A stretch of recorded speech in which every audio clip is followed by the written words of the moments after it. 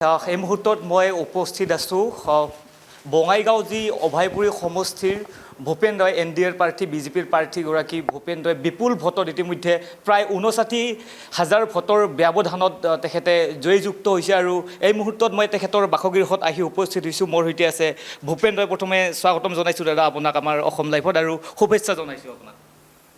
মোৰ ফালৰ পৰাও আপোনালোকক শুভেচ্ছা জনাইছোঁ আৰু স্বাগতম জনাইছোঁ যে আপোনালোকৰ যি ইলেক্ট্ৰনিক মিডিয়া বা চেনেলৰ যোগেদি আমাৰ এই কথাবিলাক ইতিমধ্যে আপোনালোকে প্ৰচাৰ কৰিছে আৰু প্ৰায়বিলাক কথা মই ইতিমধ্যে ব্যক্তই কৰিছোঁ। এই নিৰ্বাচনত আমি অকলে জয়ী হ'ব পৰা নাই, ইয়াত হয়তো আপোনালোকৰ সহযোগ আছে।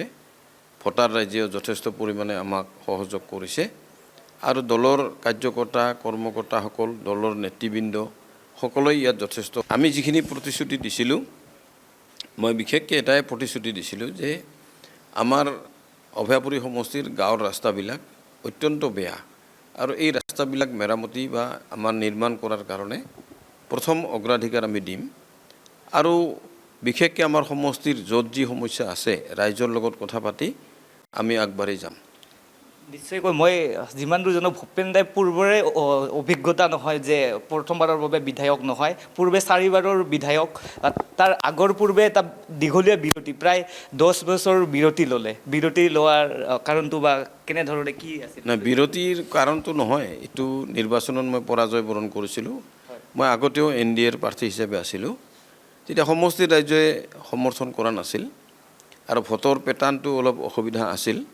যিটো ছিজনগ্ৰামৰ ক্ষেত্ৰত যিটো ৰিফ্লেক্ট হৈছে এইবাৰৰ ভোট পেটাৰ্ণ বা বিগত লোকসভা সমষ্টিত বৰপেটা ধুবুৰী লোকসভা সমষ্টিত যিটো কথা মানে ৰিফ্লেক্ট হৈছিলে সেই কথাটোৱেই হৈছিলে, যাৰ কাৰণে ইয়াত ভাল কাম কৰিলেও জিকিব পৰা নগৈছিল, বিশেষকৈ উত্তৰ অভয়াপুৰী সমষ্টিত।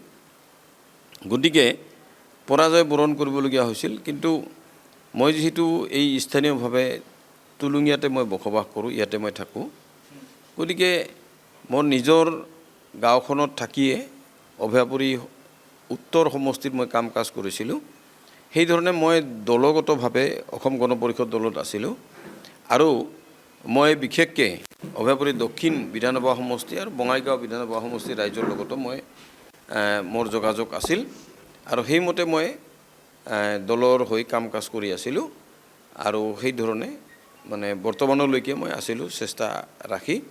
আৰু এইবাৰ বিজেপি দলৰ ফালৰ পৰা মই প্ৰাৰ্থিত্ব পাইছিলোঁ আৰু সেইমতে ৰাইজৰ ওচৰত মই গৈছিলোঁ, ৰাইজে সহযোগ কৰিছে সম্পূৰ্ণৰূপে আৰু বিপুল ভোটত বিজয়ী হ'বৰ কাৰণে সক্ষম হৈছোঁ।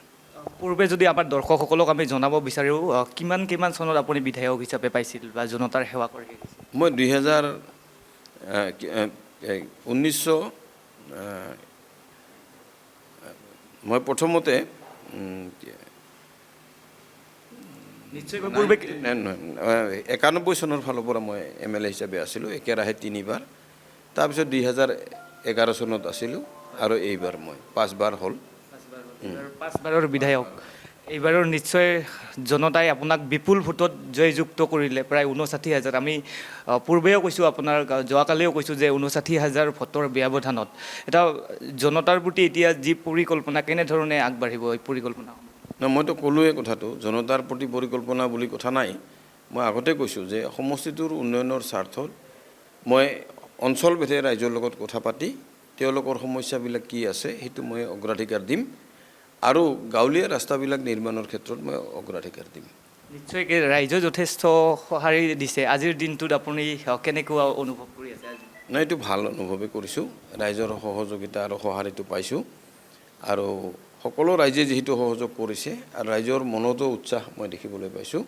একেধৰণৰ ইচ্ছা আৰু উদ্দীপনা আমাৰ মাজত আছে। ধন্যবাদ।